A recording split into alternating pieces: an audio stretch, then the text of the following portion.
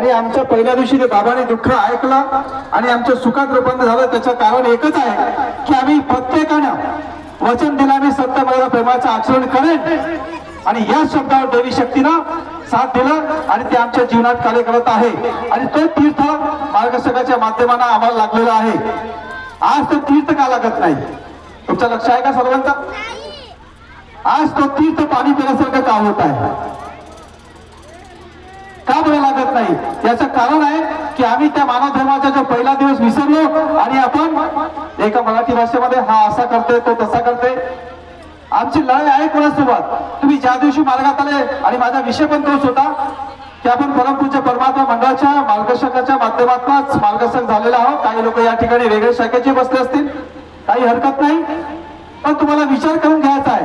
ज्या पद्धतीनं तुम्ही एक खड्डे समजा पहिल्या वर्गाचा मुलगा आहे आणि त्याला 10व्या वर्गाचा कधी अभ्यास सांगितला झेपल कधी? पण आम्हालाही सांगायचं आहे की आमच्या मंडळ काय, समोर काय, आदेश काय हे कोणाला समजेल? अरे आम्ही 10-20 वर्ष झाले, मी आपल्याला म्हणतो तुम्ही हातावर घेऊ नका. अरे मला 10-20 वर्ष झाल्यानंतर मला समजत नाही तर मी तुम्हाला का सांगणार आहे? यांना फक्त का पाहिजे? तीर्थ कसा लागला पाहिजे, योग कसा मागावा, शब्द कसा ठेवा, आमचे दुःख दूर कसे होतील, एकही दिवस बिचारे बोलत नाही या ठिकाणी. त्यांना फक्त मनसा आम्हाला लावून देतो, आम्ही बोलून घेतो आणि आम्ही काय करतो? एकामेकाला कटाप मारतो. का भाऊजी? अरे आमची नशा सुटली की नाही? आमची नशा सुटली, पण मीची नशा अजूनही कायम आहे की नाही? हा रमेश भाऊ चांगल्या पद्धतीने मार्गदर्शन केलं. आमचे रमेशची काकाजी आहेत. मीच्या नशा, अहंकाराची नशा हे आज मी आमच्या मंचावर आहे. मी बाकीला म्हणत नाही, आपल्यालाच म्हणतो वाटल्यास. का बरं सुटत नाही आमचा प्रश्न? दुसरी गोष्ट, तुम्ही पत्ते खेळता का जी? नाही ना? खेळता का पत्ते तुम्ही बाया लोक? कारण की बाहेर जास्त दोष राहते आमच्या माणसा लोकांच्या. पत्ते खेळता का? नाही ना? पण ते कटापावरनं माहिती का या मंचावर आज मी कायम सुरू आहे की नाही? एक कधी बोलला तो सहन करून घेत नाही आणि बाबा म्हणतात संयम ठेव. कुठं गेला संयम? एक क्षण चांगला माणूस, वाईट माणूस कधीही मागं पुढे पाहत नाही, मर्यादा तोडल्याशिवाय तो ठेवत नाही. पण प्रामाणिक माणूस हा सत्य मर्यादा प्रमाणच वागल, त्याला सांगायची आवश्यकता नाही की प्रामाणिक आहे, चांगला आहे. आणि माझ्या मस्तकावर लिहिलं नाहीये. पण माझं एकच म्हणणं आहे की तुम्ही ज्या दिवशी मार्गात आले त्या दिवशी तुमच्या सत्यानं दुःख दूर झाले. जर अचानक झालं असेल तर असत्याचे कार्य करा. आणि बाबाने म्हणला है कैसे ही कर्म करते हुए अगर जीवन में भगवान साथ देता है तो जीवन में भगवान की जरूरत नहीं, ऐसा मैं समझता बोले. लेकिन कोई तर नहीं कहेगा बोले, हर ग्रस्त को भगवान की जरूरत है. या भिकारखेडा गावातील प्रत्येक गावातील व्यक्ती जो आहे त्याचा प्रपंच आहे, परिवार आहे, जर मानव धर्माचा सेवक असेल आणि नसेल त्यालाही ते ग्रस्तची, त्या भगवंताची आवश्यकता आहे. पण गोंधळ आमच्यात आहे की नाही? तुम्ही कधी बोलता का जी? मस्त माईक आणून देता, रविवार घ्या बोला. कमी कोणात आहे? आदेश, उपदेश, निर्देश आमच्या तर बाजूलाच राहते. फक्त एवढंच आहे, तुम्ही केलं तर गुन्हा, आम्ही केलं तर प्रामाणिकपणा. असा होणार नाहीये. आणि बालक भाऊ हे गुरुजी लोक या ठिकाणी प्रत्येक दिवस सांगत बसतात आणि संपूर्ण मन सांगते. फरक कुठे पडत आहे? फरक फक्त एवढा आहे, माझ्यापाशी भगवान आहे हा विश्वास प्रत्येकाने ठेवायला पाहिजे. पण दुसऱ्या जवळ भगवान आहे हा विश्वास कोणाजवळच नाही आहे. ज्यावेळेस देवी शक्ती संपादन झाली बाबाला, त्यावेळेस त्या शक्तीने म्हणलं तू मुझे कहा दूर रहा है, मैं तेरे पास हूं, जिस पर छूट जाऊंगा उस समय तू नष्ट हो जाएगा. बाबाच्या मनात विचार असा वाटला, मैं तो बहुत लंबा दूर रास्ता बोले तो पास में मिल गया. कुठे परमेश्वर? काही लोकांना आपल्याच छता ठोकल्या. बाबा नाही म्हणलं, बाबा आले खेड्यापाड्यात भिकार खेळत असतील, खाप्यात असताल, त्या तिरवत असताल, गोंद्यामध्ये आले असतील. बाबांनी काय म्हणलं? मेरे सामने भगवान आहे और भगवान को मैं चलाता बोले. पण आम्ही ना आपल्या छता ठोकल्या म्हणून तो अंतर आला आमच्यात. काय बोलू राहुलजी? बरोबर आहे. प्रत्येक जण मी पण कोणीही असो पेरायला तयार नाही आज. का? मग म्हणता तुम्ही मरण्याचा मार्ग आहे. एखादा तुम्ही बरोबर सत्य तुम्ही ऍडजस्ट करा, तारीफ करा, चापलुसी करा, तुम्हाला चांगलं वाटेल. एखाद्याला म्हणा अरे दादा तू चुकलास, असं सांगतेस का? एवढ्या दिवसात सेवक म्हणते याच्या होणार नाहीये. हा नमा लागाल, समजून घ्यायला लागाल. तुम्ही ज्या पद्धतीने या ठिकाणी प्रामाणिकपणे बसले, बोलते कोणजी तुम्ही बोलत नाही, आम्ही या मंचावरतीच बोलतो जास्त. आणि आम्ही जे बोलत उभे झाल्यानंतर एकामेकाला दोष टाकतो. बरोबर आहे का? आज तुमची मुलं मोबाईल वापरतात, तुम्ही वापरता. हे आमचे बालक भाऊजी ठवकर आणि आमचे गुरुजी दिल्लाळे सर त्या सोनेखाली गावामध्ये आले. यायनं का केलं मला माहित नाही, चांगलाच केलं मला. तुम्ही आता वेगळा खाणार नाही तर बाकी हे दोघं आणखी मागूनच बोलतील आमच्यावर, कारण की मग आधीच म्हटलं. पण हे ज्या ठिकाणी मार्गदर्शन केलं आणि दुसऱ्या दिवशी आमच्या तिरोड्यामध्ये एक बैठक झाली. त्या बैठकीमध्ये एक बाई उभं केलं. कुठली? तुम्ही जे बसले त्या ठिकाणची एक बाई उभी झाली. आणि बाई झाल्या उभी झाल्यानंतर का म्हणते, अशी म्हणते त्या गावची जी बैठक होती का होती म्हणते, एवढी नमली बैठक खरंच बाबाची शिकवणी होती म्हणते. आणि कधी अशी बैठक पाण्यात का आली तर ती बाई नवीनच होती, आमच्या घरात ती नवीन होती. जसे आमच्या रणजित भाऊ आता नवीन नवीन आले तशी ती बाई नवीन होती. अशी बाई म्हणे, जेव्हा माझा मुलगा माझा मोबाईल घेऊन गेला ठीक आहे खेळण्याकरता, आता दिवसभर मोबाईल नेट संपर्क कोणता पाहायला म्हणते, पण बैठक नाही ऐकायचा. हा असं बोललो नाही म्हणते, फक्त मनात विचारला म्हणते की बाबा हा मुलगा माझ्यासोबत बसला पाहिजे बैठकीत, हा मुलगा माझ्या बैठकीत माझ्यासोबत बसला पाहिजे. त्याला 2 मिनिटे लावलं नाही म्हणते. आणि मम्मी हा फोन घे, आणि तो बैठकीत बसला. मग कसा दिसला भगवान आम्हाला? तुम्हाला दिसत नाही म्हणून माझा एक शब्द राहतो, तुमची नजर पाहिजे. पण आमचं नाही आहे, नाही का? तेच कोणता सर तुम्ही तुझ्याचं नाव घेतलं बरं, कुणाचं नाव घेणं मार्गदर्शनात बरोबर नाही आहे, मलाही माहित आहे. पण कसं तुम्ही समजून घेता तुमचं नाव घेतलं आहे. तुमचे मोठे बंधू लोक कामगिरीचे आहेत म्हणून अध्यक्ष आणि उपाध्यक्ष तुम्ही त्या ठिकाणी होते. मग सांगायचं माझे तात्पर्य की त्या ठिकाणी एवढी चांगली बैठक झाली. आणि एखाद्या समजा कधी झाला तर तो व्यक्ती म्हणते ते बिना अध्यक्षाची बैठक आहे म्हणते. कारण तुम्हाला विरोध करायचा आहे इतर शाखेच्या आहे का मंडळाच्या अंतर्गत मार्गदर्शक लोकांच्या, कोणाचा विरोध करायचा आहे सांगा, ती सुरुवात करू आपण. सक्षम आहे पुन्हा परमपूज्य परमात्मा मंडळाचे मार्गदर्शक सक्षम आहेत. पण निष्काम कार्य खरं करत असतील तर परमपूज्य परमात्मा मंडळाच्या मार्गदर्शक, पण आज त्यांच्यावर आरोप होते. हा कोणाचा दोष आहे? खाली बसते बोलायचा कोणाचा दोष आहे? मी कोणाचा व्यक्तिगत विरोध करू शकत नाही. बाबांना जरी एखाद्याचे विचार वाईट असेल तर तू वाईट करू नको म्हणे, तुझी अधोगती आहे. फक्त मी सांगण्याचा प्रयत्न करत आहे तर तुम्हाला कोणाशी म्हणजे लढाई करायची आहे. पण ते काकाची नावं सांगेल लढाई कोणाची आहे? आमच्या मनातील जो अंकर ज्या दिवशी नष्ट होईल तुमची लढाई खरी तुम्ही त्या दिवशी जिंकणार आहे. हा कोणाला जिंकण्याचा कोणाला हरवण्याचा मार्ग नाही आहे, हा मार्ग बनवण्याचा आहे. पण तुम्ही वेळे का आपल्या मनाला प्रश्न करा. एक अनुभव देतो, एक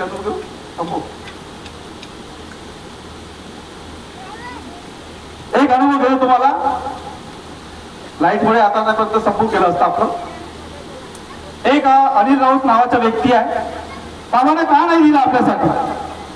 ज्या काळामध्ये महादेव जोशीच्या घरी ज्यांनी विधी केला त्या बाबाच्या मुलाचा मुलगी होती तिच्या अंगाला थोडे मुंग्या लागायचं. त्यावेळेस महादेव जोशीजीने त्या भावालाही म्हणलं, अरे दादा म्हणे मला याच्यातलं काही कळत नाही. ज्यानं देवी शक्ती संपादन केलं तो माणूस म्हणत आहे मला याच्यातलं काही कळत नाही. पण माझ्यासारखा का माणूस म्हणते माहिती का?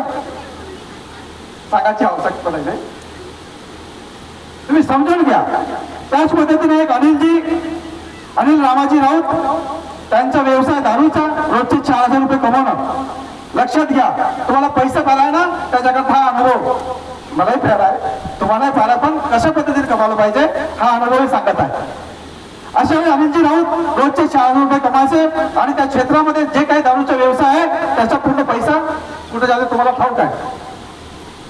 आणि अशा जोरदार धंदा करत असताना त्याच्या मुलाला त्रास झाला. 15-16 वर्षाचा त्याचा मुलगा आता आहे, 18 वर्ष लगभग झाला असेल आता. आणि अशा वेळेस भीती वाटते म्हणून तर अशा त्यावेळेस त्यांच्या 6 महिने 7 महिने झाले त्याच्या अंगातनं ब्लड निघायचा. मी त्याला पाहिलं नव्हतं पण 1-2दा पाहिलं होतं त्याला. आणि कालांतराने मेश्राम परिवार आहे, त्या बाबू आहेत सैदपुर शाळेमध्ये आणि तो चपराशीचे काम करत आहे. आणि रामाजी राऊत एक दिवस ते मेश्रामजी माझ्यापाशी आले आणि मला बसले, बहिणी तुम्ही मार्गदर्शन करा ना. आणि राऊतला म्हटलं तुम्ही करा, जसं तुम्ही सेवक आहे तसं मी आहे. मी मार्गदर्शक नाही बघा, मी सेवक आहे. आणि सेवक बनलो म्हणत तरी गुन्हा होऊन जाईल. तर अशा वेळेस मला तुम्ही करा, तुम्ही त्यागी सेवक जसे आहे तसे मी आहे. आणि अशा वेळेस त्यांनी फोन लावून टाकला. अरे मेश्रामजी फोन लावू नका. त्या अनिलला फोन लावला. अरे म्हणलं, आणि फोन लावल्यानंतर लगेच त्यांनी फोन खाली घसरवलं 2 मिनिटामध्येच. काय झालं मेश्रामजी? त्यांनी म्हणलं असं नाही का, मी पहिलं आपलं पाहिजे तेच म्हणलं त्यांना. मी आपलं पाहिजे मिळेल तेव्हाच तुमच्या मानवधर्माचा विचार करेन. जबरदस्ती कोणाही व्यक्तीला मानवधर्मात घेऊन येऊ नका. तो मानवधर्मात टिकून राहणार नाही, लक्षात घ्या. आणि तोच खराब करते हे लक्षात घ्या. त्यावेळेस ते अनिल ते मेश्रामजी नाराज झाले. त्यावेळेस त्यांना मी समजून सांगितलं, हा तुमचा सहचारी आहे, तुम्हाला त्यांच्या दुःखाबद्दल हित आहे, पण त्याला त्या गोष्टीची आज आवश्यकता नाही आहे. त्याला मानवधर्म काही कळत नाही आहे. वीर जो तहानलेला व्यक्ती त्याच्यापाशी जात नाही, आपल्याला जा लागते. आता तुम्ही याचा अर्थ वेगळा करू नका. वीर आमची कोण आहे? महादेव जुंदूजी आणि आम्ही प्यासे लोक. आता तुम्ही माझं नाव घ्या की रवी आपल्याला असं म्हटलं म्हणून. मला प्रत्येक गोष्टी कंट्रोलिंग आहे एवढं पक्क ते त्याची बाबाची कृपा. आणि अशा वेळेस आणि ते मेश्रामजी नाराज झाले आणि लगेच दुसऱ्या दिवशी फोन आला रात्री 10 वाजता अनिल रामाजी राऊतचा. मला काहीच कल्पना नाही, मला काही समजत नाही. जसं आमचे भाऊ या ठिकाणी म्हणला, जे आलं ते बोलतो, ते कृपा परमेश्वराची. तर अनिल म्हणतात, रवी माझ्या मला मार्गदर्शन करा. मी त्याला काहीच नाही म्हणलं. का बरं? तो मानवधर्माच्या व्यतिरिक्त त्याला काय समजते? जे सेवकांना समजतं ते त्यांना नाही समजू शकत. आम्हाला समजून सांगायचं आहे गावाला. तर त्यावेळेस अनिल म्हणलं, काय झालं अनिल भाऊ? माझ्या मुलाला मार्गदर्शन करा म्हणे. 6 महिन्यापासून त्याला औषध लागत नाहीये, झोपत नाही. 1-2दा त्याने आत्महत्येचा प्रयत्नही केला, पण ते खास खूप आहे म्हणे आणि खूप ब्लड सांगत आहे. तर मला काही कळलं नाही. आणि एक स्टिक आहे, मार्गदर्शक लोकांना ते माहित आहे, अनुभवी लोक आहेत ते मी आपल्या हिशोबाने मला जे मार्गदर्शक जे लाभले आहे, चांगले मार्गदर्शक लाभले, त्यांच्यानुसार मी ऐकून घेतलं. आता मी गलती केलं का? मला तुम्ही हे पण सांगा, काय करायला पाहिजे होतं? पहिले मार्गदर्शकाच्या घरी न्यायला पाहिजे होतं. हे जिद्द का करतो माहित आहे का? आमची मूर्खता आहे काय काही गोष्टीमध्ये. अशा वेळेस मी काहीच नाही केलं. अरे तो दुःखी माणूस आहे, त्याचा फोन लागला 10-11 वाजल्यानंतर कोणी फोन उचलला नाही. मी काय करायला पाहिजे? मी तर सेवक आहे तुमच्या का? काय करायला पाहिजे? जे माहीत झालं तेच सांगेल. तरी मला माहीत काढलं नाही. त्याने सांगितलं, आपलं दुःखाचं विवरण सांगलं. 6 महिन्यापासून लाखो रुपये खर्च झाले, सर्व असं घडलाय, औषध लागत नाही, झोपत नाही रातभर. मला अनिल भाऊ एक शब्द टाक, हे भगवान बाबा हनुमानजी. आता हाही त्याला म्हणता येणार नाही, महादेव जुंदूजी म्हणता येणार नाही. माझं हाही लक्षात होतं. हे म्हणलं, बाबा मी दारूचा व्यवसाय केला आणि त्यांची आर्थिक व्यवस्था आपली चालवली आणि लाखो लोकांचे घर उद्ध्वस्त केले, ही माझी महान चूक झाली. हा कुठून शब्द आला असेल मलाही माहित नाही. अचानक आला त्याच्या फोनवरच. हे म्हणलं, मी लाखो लोकांचे घर उद्ध्वस्त केले, पण त्या पैशावर आपली आर्थिक व्यवस्था उंचावली. पण आता माझ्या मुलाची वेळ आली, संकट माझ्या मुलावर आहे, तू काहीतरी कर. आणि त्या व्यक्तीनं ते केलं. आणि सकाळी त्या गोंद्यापासनं सकाळी मी जे माझ्या शटरचं एक दुकानाचं छोटंसं घर आहे, आता थोडंसं वेगळं झालं, ते शटर बेल वाजली सकाळी 6-5 वाजता. आणि त्यांनी सांगितलं, भाऊ म्हणे, जो 6 महिन्यापासून झोपणारा नाही, औषध लागत नव्हती, रातभर झोपला म्हणे. हा म्हणे रातभर झोपला आणि त्यांच्या औषध लागणं सुरू झाली. आता मला मार्ग पकडायचा आहे. आणि त्याला म्हणलं, अरे तू आता मार्ग पकडते, पण तुझा दारूचा व्यवसाय आहे. रात्रीला सांगितलं, पण सकाळ सांगितलं दारूचा व्यवसाय आहे, ते सोडा लागेल तुला, जमेल का बा? हो म्हणे. आणि निश्चितपणे मार्गदर्शकापाशी घेऊन गेलो. आणि तो मार्गदर्शक मार्गात आला आणि त्यांचे दुःख 3 दिवसामध्ये आराम पडला. जेव्हा आमचे मेश्रामजी पुन्हा माझ्या घरी आले, चला म्हणे अनिल भाऊ घरी जाऊ आपण. मला काय झालं? तर जाऊ तर भाऊ म्हणे. मला ठीक आहे चला. तर तो मुलगा जेव्हा समोर आला, मी पाहू शकलो नाही त्याला. जेव्हा तो याच्यात होता, त्याच्यावर ते फोडे गिडे पाहून चेहऱ्यातला पूर्ण चेहरा वगैरे कसा आणि रक्त मुंबई होता. पण त्याचं म्हणणं होतं की हा 75% आराम आहे म्हणे. किती टक्के आहे? 75% आराम आहे. आणि कालांतराने त्याचा आराम झाला. कालांतराने त्यांच्या मार्गदर्शक ते शिक्षक लोकांच्या माध्यमातून कधी कधी सट्टापट्टी लावली आणि ते पुन्हा दुःखित केले. तर हा मार्ग असा आहे. आणि कालांतराने तो आज व्यक्ती त्यानं दारूचा व्यवसाय सोडला. आज किराणा दुकान आहे, त्या किराणा दुकान ठरवा विकते आणि त्या बेसवर तो आज आपली उदरनिर्वाह चालवत आहे आणि परमपूज्य परमात्मा मंडळाचा मार्गदर्शक झाला. आता मी रात्री काय केलं असतं, समजा त्या फोनवर कधी म्हणलं असतं, फोनवर म्हणलं असतं मी कधी मार्गदर्शक नाही, तू मार्गदर्शकाला विचार, तो कुठे गेला असता? तुम्ही सांगा मला, बघा मार्गदर्शक मंडळ कुठे गेला असता? आणि कुठेतरी पकडलं असतं की नाही त्यानं? मग हा मंच काय करत आहे? तेच कार्य करत आहे. जोडण्याचे कार्य करत आहे. तोडण्याचे कोणी कार्य करू शकत नाही. कोणी असतील ते मला माहित नाही. मग अशा वेळेस त्याला मी मार्गदर्शन केलं, म्हणजे मार्गदर्शन मला लागेल. कोणी म्हणते मार्गदर्शन आम्ही करू शकत नाही, तर भाषण द्या इथं येऊन, काही शब्द वापरतो आम्ही. म्हणजे आमचं म्हणून म्हटलं मगाशी कटक मारण्यामध्ये आम्ही एवढ्या वाजता झालो की एखादा कोणी बोलताना त्याला बोलू द्यायचं नाही, आपलं आता कमी करायचं नाही. तर अशा वेळेस तो अनिलजी राऊत, रामाजी राऊत या भागाताला कालांतराने त्याचे दुःख पुन्हा पुन्हा आले आणि त्यांचे दुःखांची पुन्हा त्याच परिस्थितीत निर्माण झालं. एक दिवस मी त्याच्या बैठकीत गेलो, कुंभारे परिवारामध्ये त्यांच्या घरी गेलो. म्हणे भाऊ तुम्ही देवासारखे आले म्हणे आज. म्हटलं काय झालं? रात्रीची माझ्या स्वप्नामध्ये आलं म्हणे की 2 पोलीस येऊन मला पकडत आहे. 2 पोलीस येऊन मला पकडत आहे, मला अंधार टाकत आहे. तर त्याने सांगितलं अनिल भाऊ तुमच्या हातानं मागच्या चौकामध्ये तिवळ्यामध्ये केस झाला होता, मर्डर झाला होता, त्याचा तुम्ही गुन्हा आपल्या मालकाला सांगितला का? मग हा सांगितलं, त्याने सांगितलं म्हणजे तुम्ही देवासारखं केलं म्हणे, रात्रीच स्वप्न आलं म्हणे आम्हाला. तर देवी शक्ती तुमच्या आमच्या जीवनात अशी कार्य करत आहे, पण त्याचा मोल आम्हाला माहित नाही, नाही का? आम्ही कशामध्ये आहोत? मोहमान अंकारामध्ये आहोत. म्हणून माझं एकच म्हणणं आहे का ज्या 4,000 रुपये रोजच्या कमावणाऱ्या माणसाला त्या मुलाचं दुःख दूर झालं नाही, शेवट जाण्याची वेळ आली, त्या ठिकाणी देवी शक्तीने साथ दिलं. मग तुमच्या आमचं जीवन तर चांगलंच आहे. मग आता काय करायचं आहे?